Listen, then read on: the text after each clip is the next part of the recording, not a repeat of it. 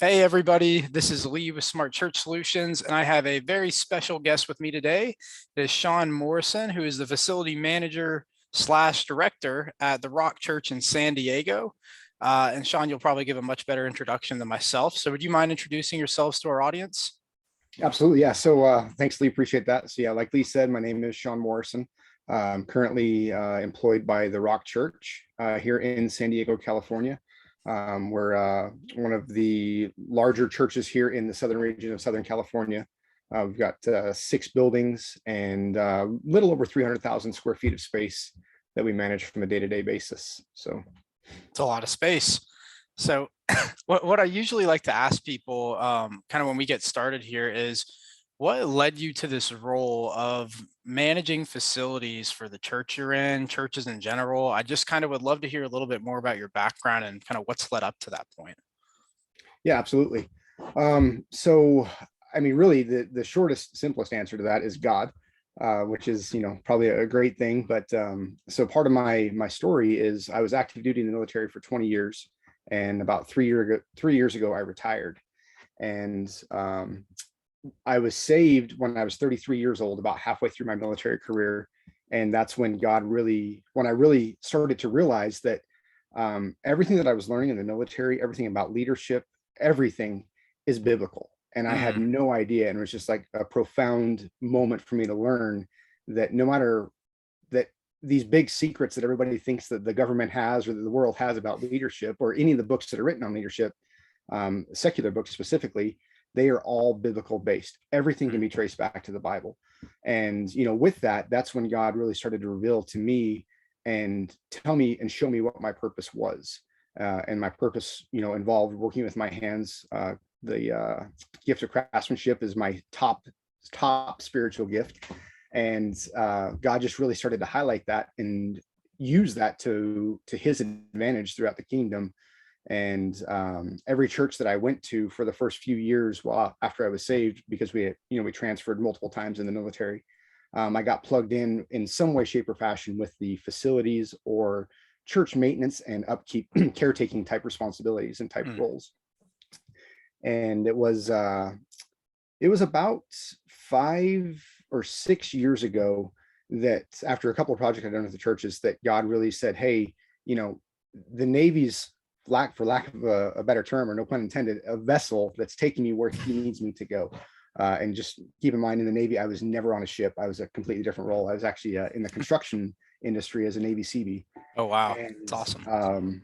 that was that was it also expounded on my ability to use my hands um, and all that. So while I was in the military, logistics was my primary function. So I did like loading aircraft, I did construction and things of that nature, never anything with facilities management until about the last 3 years or so of my career, when we found out that my wife and I were going to be moving to California. And we thought that was the worst thing that could ever happen to us. We Mm, never wanted to come to California. California was like, it was the last place in our mind that we wanted to go because it was expensive. We thought people were mean here, and whole 9 yards. There's just a plethora of reasons that we didn't want to come here. And once we did, we immediately got plugged in with the Rock Church. After we looked at a couple of churches, but the Rock Church is where we found home to be. And nice. some of the things that they offered here were very much in my swim lane, as far as like being able to serve within the church and volunteer and do things of that nature. So back up just a little bit, the role that I was filling, that God sent me here to do in the military, was to be a facilities manager for the Navy SEAL program. I was actually at the Bud Schoolhouse and was a facility manager there. Had about 6 people that were underneath me that that I got to lead, and then had about 5 buildings or so that we were in charge of. An enormous budget of about $150,000. That was a joke. But so that was kind of like the extent of my facilities experience. Was a very structured military program, and then a very small budget to manage for that many buildings. And as you can imagine, there's a lot of support personnel that are Hmm, involved with military contracts and military buildings. hmm, So about a year before I retired, that's when God was like, we were really starting to seek where we were going to go. Rachel and I were like, we were adamant we were going to move out of California.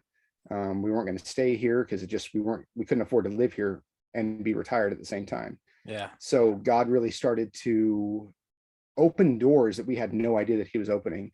And with that, a year before I retired, the position for the facilities manager at the Rock Church was actually advertised. And throughout that year, there was a course of I think 4 people that told me, hey, you need to apply for this job. And I'm like, there's no way. I mean, if you look at the Rock Church here in Point Loma, our main campus is 212,000 square feet of building. And I was a facilities manager for 6 buildings totaling, maybe 75,000 square feet. And I Wow. wasn't even completely responsible for all the maintenance of those buildings. So it's like, I'm not qualified. I'm not qualified. I'm not qualified. And that goes into my mantra of, God doesn't call the qualified, he Right. qualifies the called. That's great. And I'm a prime example of that in the role that, I get to fill today. So my wife told me to apply for the job. I didn't.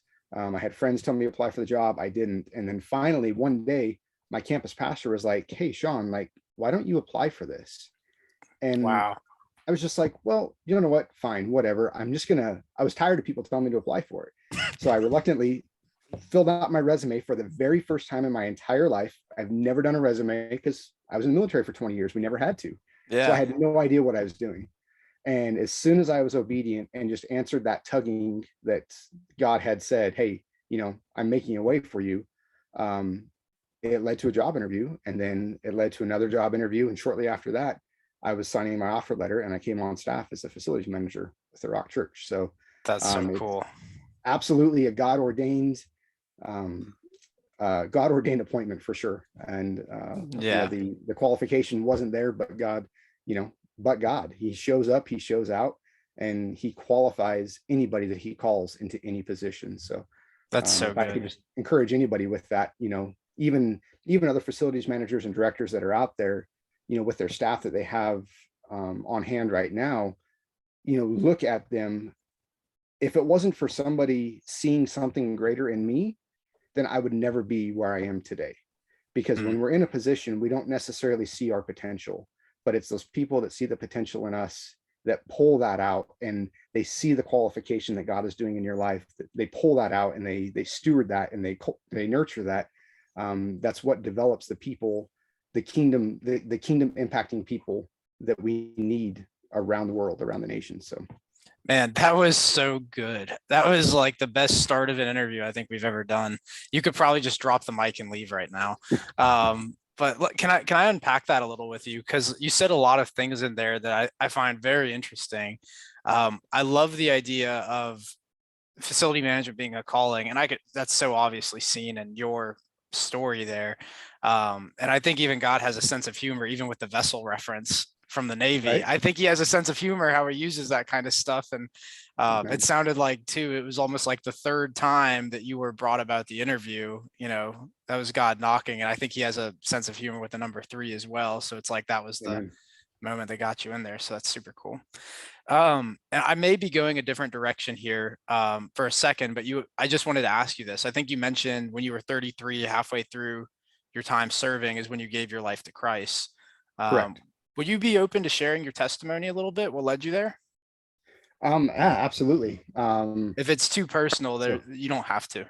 well, no, absolutely. It's not too personal at all. And I'd be honored to. So, a little bit about, so my wife and I, we were both in the military, and we were dating at the time where I just met her. And so we were like kind of dating. I was courting her. I wanted to date her. She didn't want to date me. Um, and we lived a very secular lifestyle up until that. Like, if you could imagine the definition of a secular lifestyle, that's what we lived. Mhm. Our mantra was, why is it always Sunday? Because that's when we ran out of alcohol. That's when the liquor cabinet was empty. That's when the fridge there's no more beer. Like, our lives revolved around alcohol. The only reason that we weren't alcoholics is because we didn't go to meetings, is what I tell people. So we did everything that you weren't supposed to do. And slowly, or actually one day we were living together and we were laying in bed, and she just like leaned over and she asked me, she's like, do you want to go to church sometime? And I'm Mm, like, church, what's this? And for my entire life, I could always feel a void inside my heart. I knew that there was something missing. And I know it's very cliche, like some people, people use that term oftentimes, sure.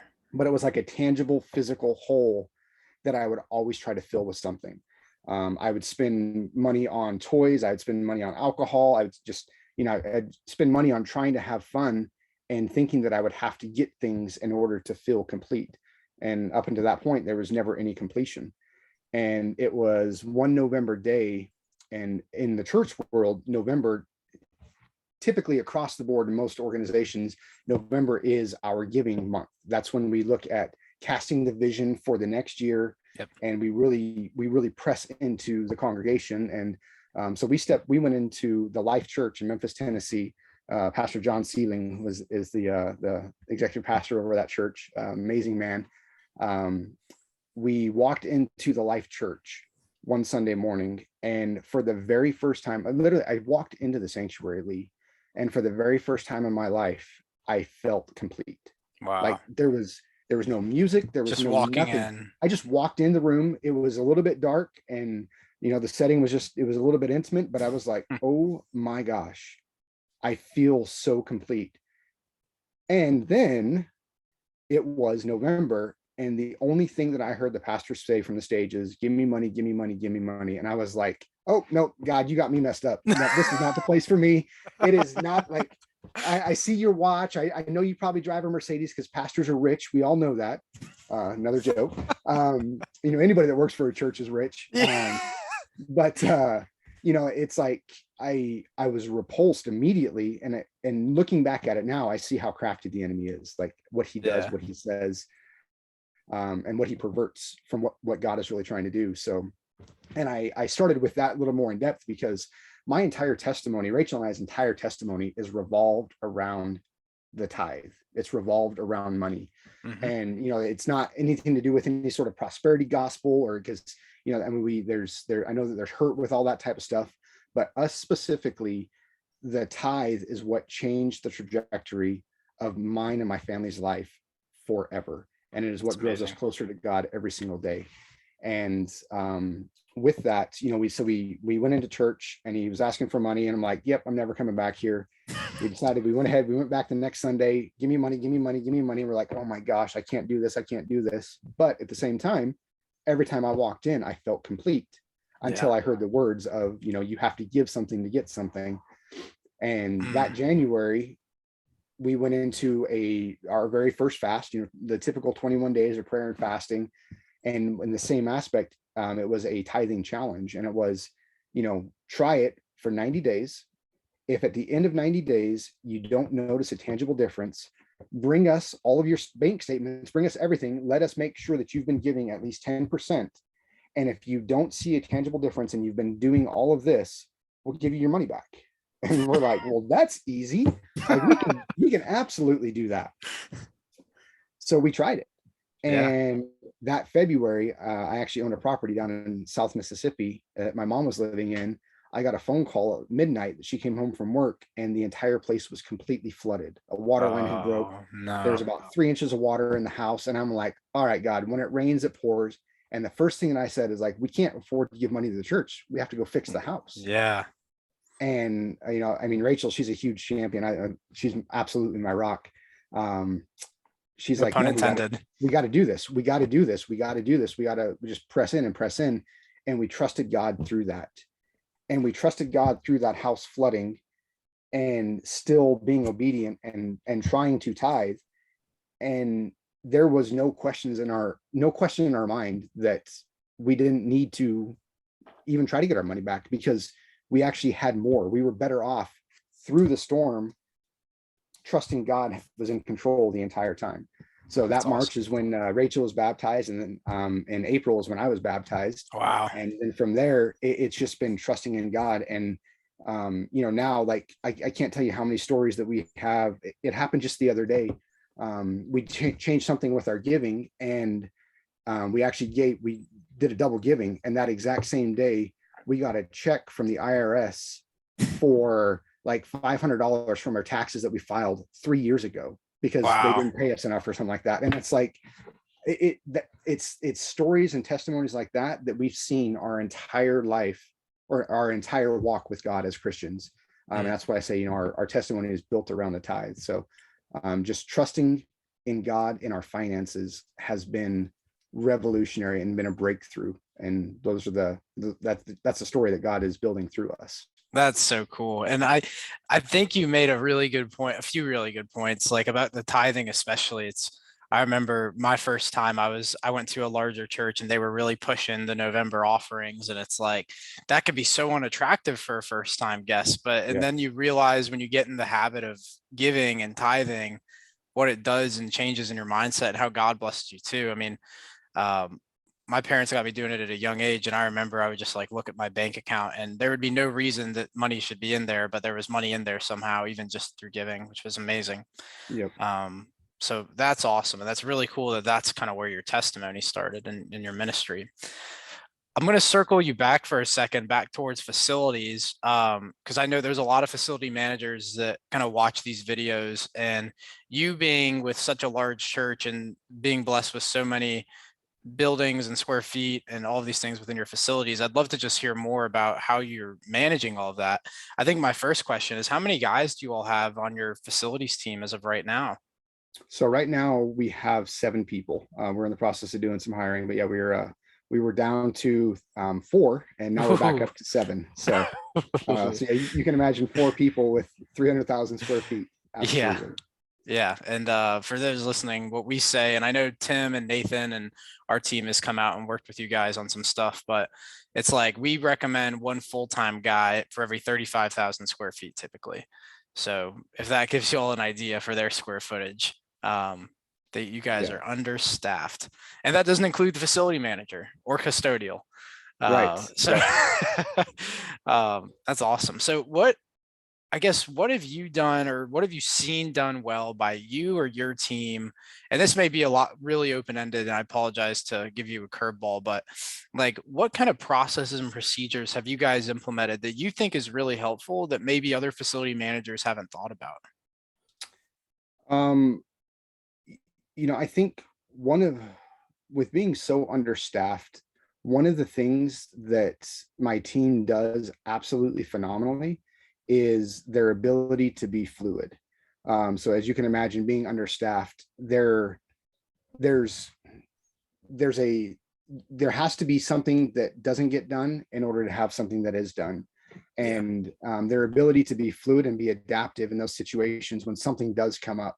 I mean, the only way that we can manage that is through doing what we can with preventative maintenance. that's good. Obviously we're huge supporters of the e-space program. You guys just came out here. You mentioned that Tim and Nathan were just out here and helped us out with an assessment.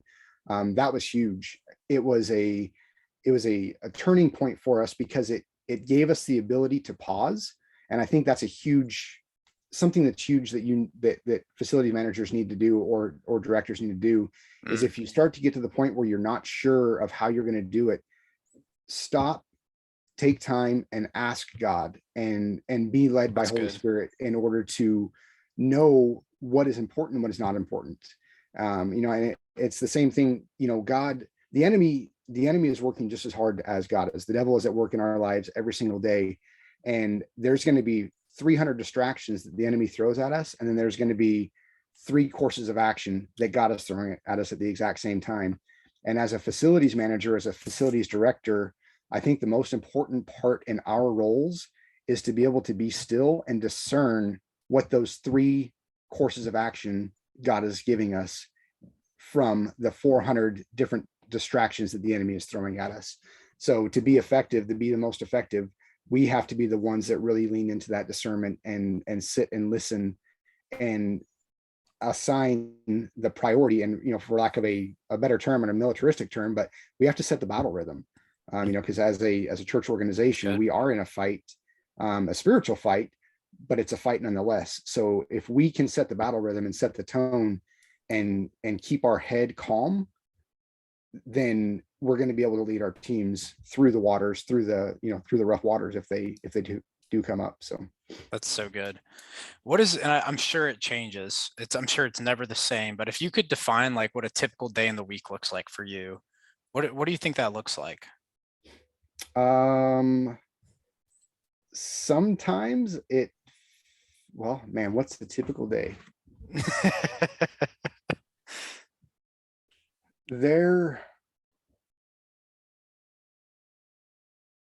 man, I honestly, that's a really tough question, because That's fair. I don't know if there is a typical day, honestly. Just Especially, pretty much kind of in the changing. situation, the season that we're in right now, um, in the season that churches are in, post COVID and all this stuff. There's so many things that are dynamic on a daily basis. I think the only thing typical in a day is the pace at which things change. And that there's just a lot of change, and there's a lot of adaptability that needs to take place. Being fluid and flexible is super, super important. So yeah, I think that's what I would say is a pretty typical day, is knowing that there's the potential, the opportunity for change to come, and be ready for it. Yeah. So from your perspective, and you have a lot of experience, you've been in the field, it sounds like you've managed in different kind of perspectives. For facility managers that kind of are building their own systems from scratch, like things have been pen and paper, it's all been in Johnny's head before that, who was with the church for 30 years kind of scenario. I guess what recommendations or encouragement would you have for them as they're starting to build out their own systems and processes for how they manage the facility? Absolutely. So the thing that I think I would recommend, first, is know the vision, and the vision is to become automated. The vision is to be more proficient, whatever it is. Pray about it, know what your vision is, and then it's so important to break that vision up into achievable milestones. And it could go back to, I know some of the people on here are going to be have pedigrees in facilities management, and some may not, but break them into SMART goals. They have to be specific, they have to be measurable, they have to be attainable. But for me personally, what I do is I have a whiteboard, and I will go onto that whiteboard and I will write everything, every idea that comes to mind, every policy or procedure or program that we need to update. And I have a running list of all that. And then I just tackle one at a time, just one small piece at a time. And with that, that goes back to the piece that I was talking in the very beginning about seeing the potential in somebody else. So oftentimes facilities managers, and I might be speaking for myself, and I'm totally okay with that, but oftentimes, for me or facilities managers, we may get this idea that we have to do it. And if we don't empower our people and train our replacement, God isn't going to be able to move us. And I think that all of us want to grow in our walk with Christ. All of us want to grow in our professionalism. All of us want to grow in our ability to do more, to make a different or a greater impact.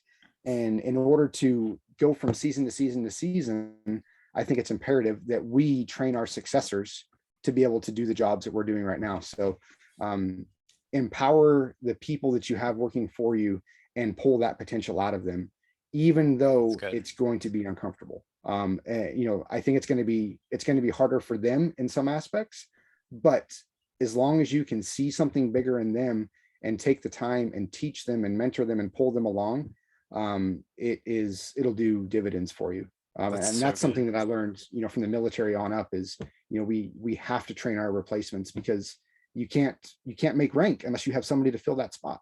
It's just it's a succession that's mandatory in that sort of a model. That's so good. From your perspective, and this may be another difficult question, so man, I apologize. What do you think is like one of the more difficult things in your job that you deal with on a recurring basis? Um, And it may be so sporadic, it's not necessarily recurring. I think the hardest thing is, it's the different personalities. There's people managing personalities.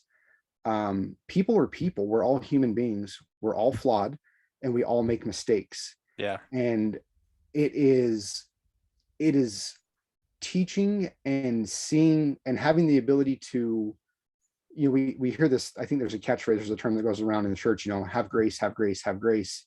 And at some point in time, I think that we're all individuals that builds up, and it's like, how much grace do I have to have? How much more grace do I have to have? Like, why can't we just get this done? Um, so the one of the harder things at times is being able to do what God's called us to do, and that's have that humility, walk humbly, and know that He is God, and trust in Him, and lean not on our understanding. To take it straight back to the Bible, because when we get into that point, when we get to that position of that frustration, it's typically, I believe, and I'm preaching to myself right now, that it's because I'm leaning on my own understanding and not trusting, because I lose sight, I get distracted, and I don't necessarily see the God in somebody else when they're doing something. So I think it's super, super important to continue to keep that focus and see that God is at work in everybody, in every aspect of their lives. That's so good. And I know how valuable your time is, and I want to thank you again for joining me. I think this is super helpful, and it's going to be so helpful for a lot of the facility managers watching this. If you could give one last piece of advice, kind of your parting gift to our listeners today, what would that piece of advice be?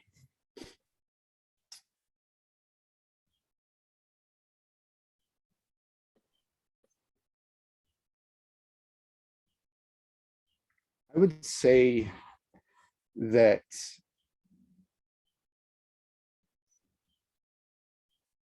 God is sovereign. He knows. I would just remind everybody that He knows every week from the end to the beginning. He doesn't create chaos. He's a God of order. And in the midst of everything, I think that the biggest thing that I would say is stop and pause. And if you feel weak, ask somebody to lift your arms and watch God show up and show out, and let Him fight, because He doesn't call us necessarily to fight. He doesn't need us to fight. He wants to fight for us, but He wants us to want Him to fight for us. So in the midst of everything, allow Him to work and work those miracles and create those testimonies. So good. Well, this has been incredible, and I want to thank you for also keeping everything Christ-centered in your conversation today. I think that's just awesome. Is there anything else that you'd like to share with just anybody else listening before we tune out here? I don't think so. I can just say, I guess really, it's an honor to be here. It's an honor to be asked by you. When you had sent me this email asking me about this, I had replied to you that, can it come at a better time? That specific day, I was actually, at the time that you sent that email, I was just going up in front of the entire church staff to give a presentation and a brief on eSpace and the way that we were going to move forward as an organization to steward money and to steward resources using eSpace. I